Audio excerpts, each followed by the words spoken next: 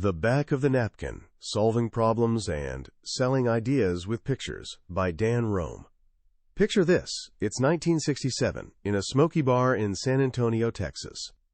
Two men are sitting at a table, nursing their drinks. One of them, a lawyer named Herb Kelleher, is helping his client, Roland King, finalize the paperwork to shut down his failed airline. It's a somber moment, the end of a dream. But Roland isn't ready to give up. He grabs a cocktail napkin from the dispenser on the table and pulls a pen from his pocket.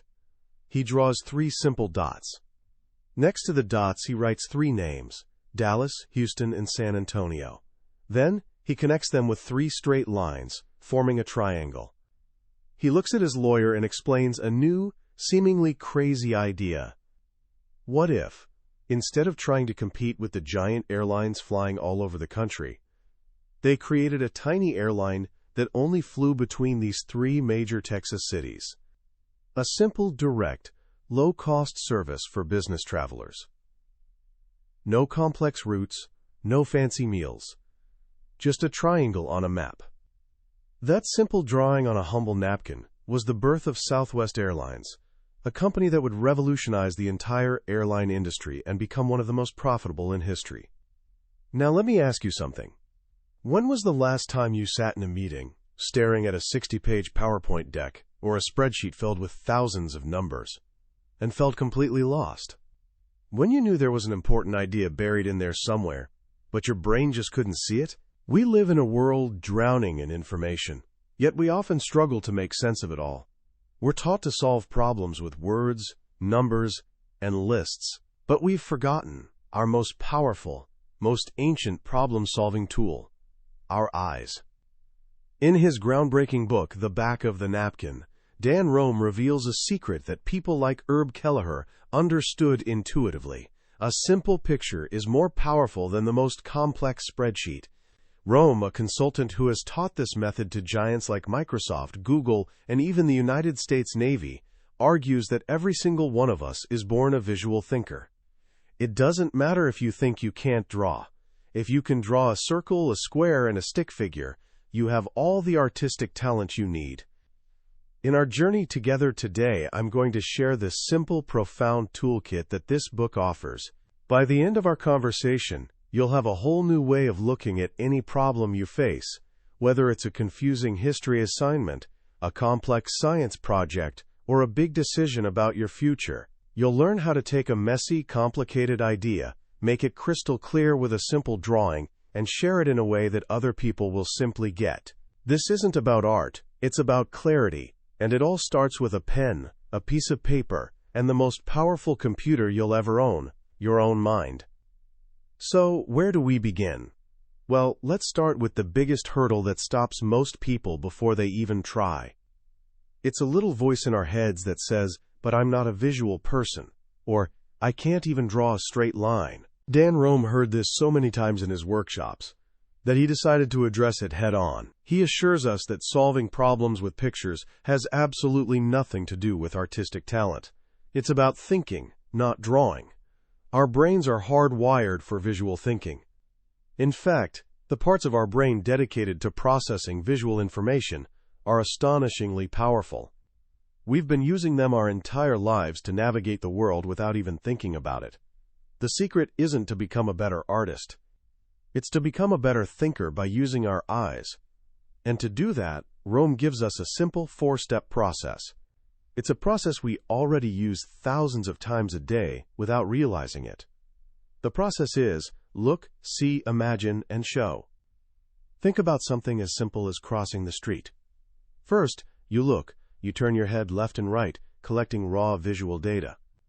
Cars, pedestrians, traffic lights, your brain is absorbing everything, building a big picture sense of the environment. Second, you see. This is different from looking. Seeing is active. You're not just absorbing light, you're recognizing patterns. You see a car, and you select it as important. You notice its speed and its distance from you. You're filtering the noise and focusing on what matters. Third, you imagine. Your brain takes the patterns you've seen and starts running simulations. You see the car in your mind's eye, and you picture its path. You picture your own path. You ask, "Can I make it across before the car gets here?" You're manipulating the information, seeing what isn't there yet. And finally, you show. You make a decision and act on it. You either step into the street and walk across, or you wait on the curb. Your action shows the conclusion of your visual thinking process. Look, see, imagine, show. That's it. This simple, natural sequence is the backbone of all visual problem solving. But to truly unlock its power, we need to understand each step a little more deeply. Let's start with the first two, looking and seeing. Rome tells us that the key to looking and seeing better is to know what to look for.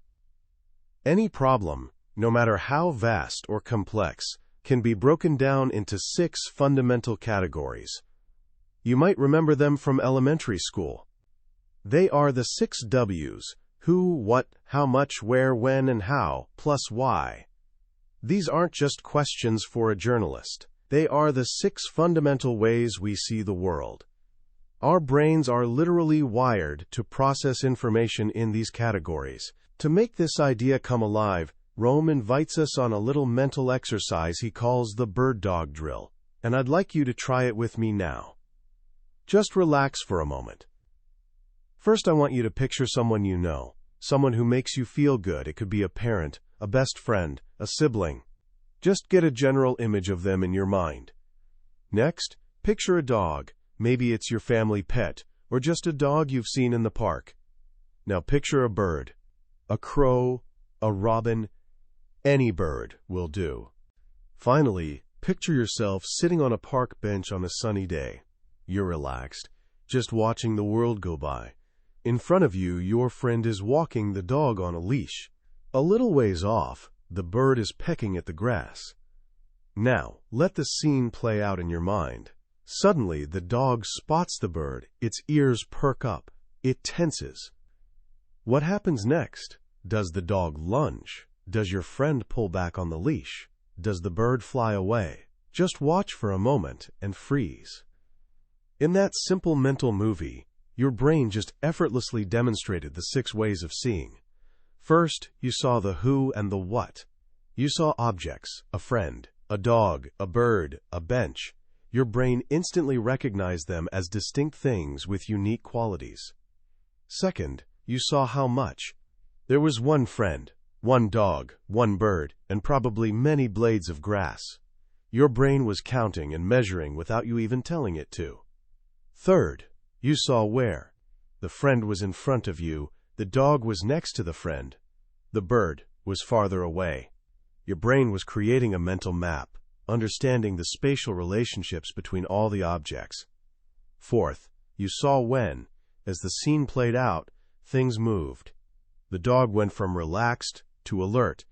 The bird might have gone from being on the ground to being in the air. You saw a sequence of events unfolding over time. Fifth, you saw how. This is about cause and effect.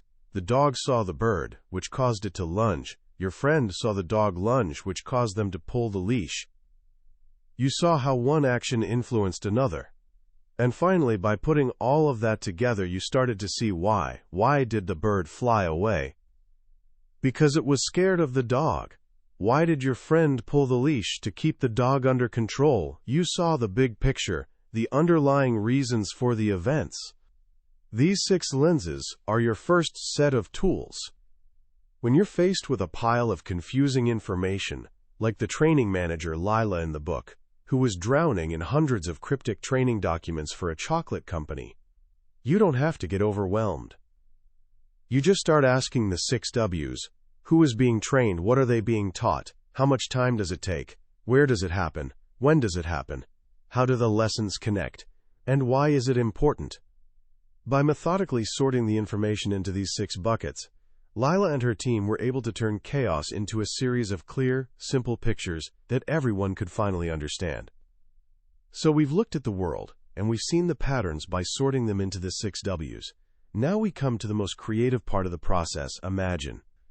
Imagining, Rome says, is simply seeing with your eyes closed. It's where we take the patterns we've found and start playing with them in our mind's eye. manipulating them to see what new ideas fall out.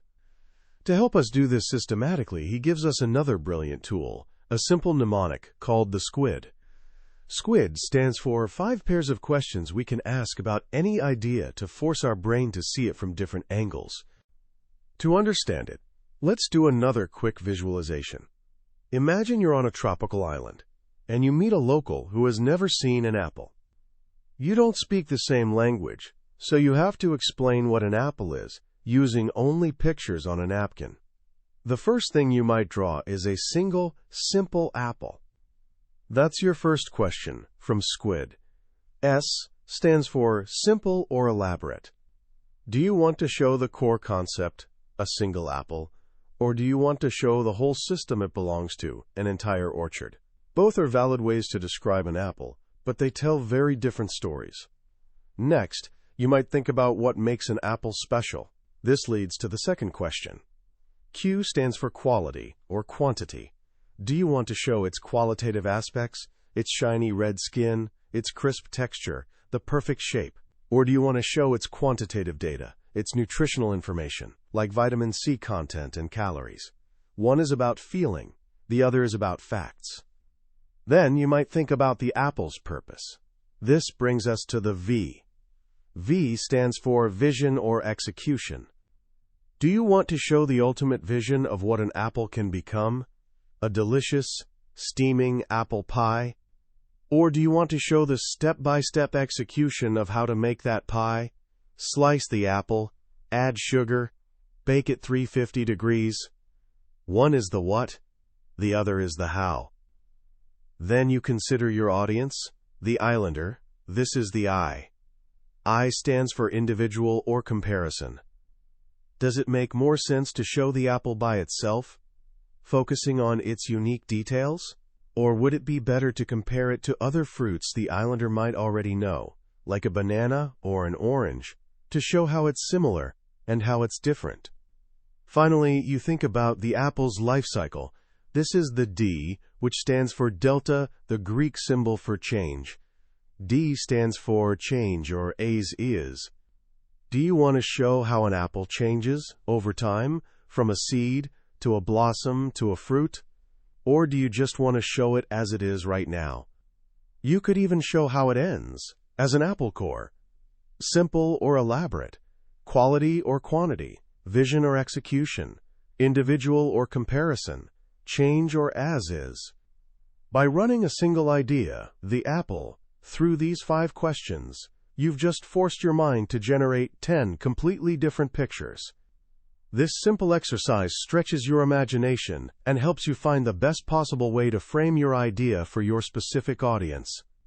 If the islander was a baker, the execution drawing of the pie recipe would be perfect. If they were a doctor, the quantitative nutrition chart would be best. The SQVID helps you find the right picture for the right person. We've now looked, seen, and imagined. We've collected our data, sorted it with the 6 W's, and explored it from every angle with the SQVID. We're finally ready for the last step, show. This is where we actually pick up the pen and draw. And this is where Rome reveals his most powerful and elegant idea, the master key that ties everything together. He calls it the 6x6 rule. The rule is breathtakingly simple. For every one of the 6 ways we see, there is one corresponding, basic type of picture to show. Think about that. Out of the thousands of possible charts, graphs, and diagrams in the world, we only need to know 6 basic types. When we want to show who or what, we draw a portrait. This isn't a fine art painting. It's a simple sketch that captures the key identifying features of a person or an object. When we want to show how much, we draw a chart, a bar chart or a pie chart that makes numbers visible. When we want to show where, we draw a map. This shows how different parts relate to each other in space. When we want to show when, we draw a timeline. This shows a sequence of events over time. When we want to show how, we draw a flow chart. This shows cause and effect, how one step influences the next. And finally, when we want to show why, we draw a multivariable plot. This is the most complex picture, where we overlay several of the other frameworks to reveal the deeper connections and the big picture story. Portrait, chart, map, timeline, flowchart, plot. That's our complete visual toolkit. To see how this all comes together to solve a real, messy business problem, Rome walks us through a detailed case study of a fictional software company he calls Saks Inc. The problem is simple. Their sales have gone flat. They need to figure out why and what to do about it. So they apply the visual thinking process. First, a who and what problem. Who are our customers? They draw a portrait of the different types of people who use their software: executives, salespeople, accountants, and technicians. Next, a how much problem. How many of each type are buying? They create a chart. They get a huge surprise. While accountants are the most numerous users, it's the executives and the technicians who are spending the most money per person. They've been focusing their sales efforts on the wrong people. This leads to a where problem. Where do these valuable technicians fit into the client's organization? They draw a map, an organizational chart. They find the technicians are way at the bottom. But after talking to their salespeople, they discover an unofficial connection. A young tech whiz named Jason is the go-to guy for fixing everyone's computers, even the top executives. He's the hidden influencer. They've found the key. So, a when problem. When can we improve our software to appeal to Jason? They draw a timeline, a project plan, showing that a full redesign to give Jason the flexibility he wants will take 9 months and cost $9 million. This creates a how problem. How can we possibly justify this cost? They draw a flowchart that maps out their entire logic, from identifying the flat sales, to discovering Jason, to proposing the software redesign as the solution. And finally, the big why problem. Why is this massive investment the right decision? They create a multivariable plot. This one picture shows everything: all their competitors, their respective technologies, their revenues now, and their projected revenues next year. The plot reveals a terrifying truth. New competitors using modern, open platforms are about to overtake them. Their old technology is a dead end. The $9 million investment isn't just an upgrade. It's a matter of survival. Armed with this series of simple pictures, the team can now walk into the executive boardroom and tell a clear, compelling, and undeniable story. And this brings us to the final crucial lesson of the book. It's not enough to create a picture. You have to know how to present it. Rome tells a painful story about a high-stakes consulting pitch where the team leader, Lauren, froze in front of a brilliant, data-rich chart. Why? Because she was used to reading bullet points from a slide. When faced with a picture, she didn't know what to say or where to start. They lost the project. The secret to presenting a picture, he reveals, is to use the exact same 4-step process you used to create it. You take your audience on the journey with you. You start by looking aloud. Let me orient you to what we're looking at. Along the bottom here we have, you explain the coordinates and the basic landscape of the picture. Then you see aloud. Now what's interesting here are these 3 patterns that stand out. You point out the most important insights. Then you imagine aloud. This pattern got us thinking. What if we could move our company from this position to this one over here? You explore possibilities and scenarios. And finally, you show aloud. Based on all of this, our conclusion is clear. This is the path forward. Do you see what we see?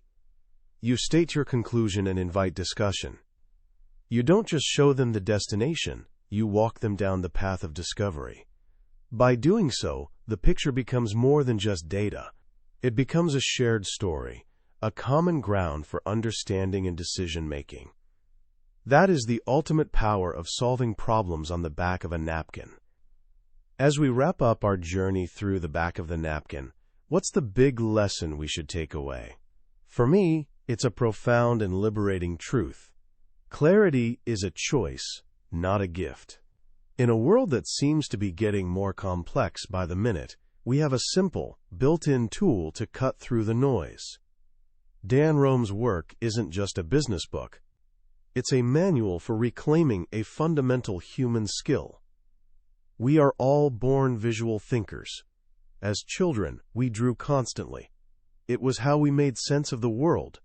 But somewhere along the way, Through years of education focused on words and numbers, many of us came to believe we'd lost that ability. We traded our crayons for keyboards and our sketch pads for spreadsheets. This book reminds us that this skill was never lost, it was just dormant. The frameworks Rome provides, the 4 steps, the 6 W's, the SQVID, and the 6x6 rule, are like a user's guide to our own brains. They give us a structured, reliable way to access that powerful visual part of our mind anytime we need it. So how can you start using this today? It's simpler than you think. First, the next time you feel stuck on a problem, a confusing essay prompt, a tricky math concept, or just a big life decision, don't just think about it in your head. Grab a piece of paper and a pen. Ask yourself, who or what is involved? How much of it is there? Where are all the pieces? When do things happen? How do they influence each other? And why does it matter? Just asking these questions will begin to untangle the mess. Second, try to draw the answer to just one of those questions. It doesn't have to be pretty. A simple map of the moving parts, a timeline of events, or a flowchart of cause and effect. The goal isn't to create a masterpiece. It's to make your thoughts visible. The moment an idea leaves your head and lands on paper, it changes. It becomes something real, something you can look at, analyze, and improve. Finally, the next time you need to explain an idea to someone else, a teacher, a friend, your parents, don't just rely on words. Grab a whiteboard or a napkin and sketch it out. You'll be amazed at how a few simple circles and arrows can create a moment of shared understanding, an aha moment that hours of talking could never achieve. This isn't just a trick for the boardroom, it's a superpower for everyday communication. That was a summary of The Back of the Napkin by Dan Rome. We've explored the core frameworks today, but I have to be honest with you. A summary is like looking at a travel brochure. It can show you the beautiful sights, but it can never replace the experience of the journey itself. The real magic of this book happens when you pick it up and try the exercises for yourself. It's in those moments, pen in hand, when a confusing problem suddenly clicks into focus. This summary is your map to help you decide if this journey is one you want to take. If anything we've talked about has sparked your curiosity, I encourage you to grab a copy. Reading it isn't just about learning a new skill, it's about rediscovering a powerful part of yourself that's been waiting to be awakened. The link to the book is in the description below. Also, if you found this journey valuable and want to continue exploring the world's most powerful ideas, please take a moment to like this video and subscribe to Billionaire's Bookshelf. It helps us continue to bring these summaries to you and ensures you won't miss our next adventure into another life-changing book. Let's keep learning and growing together.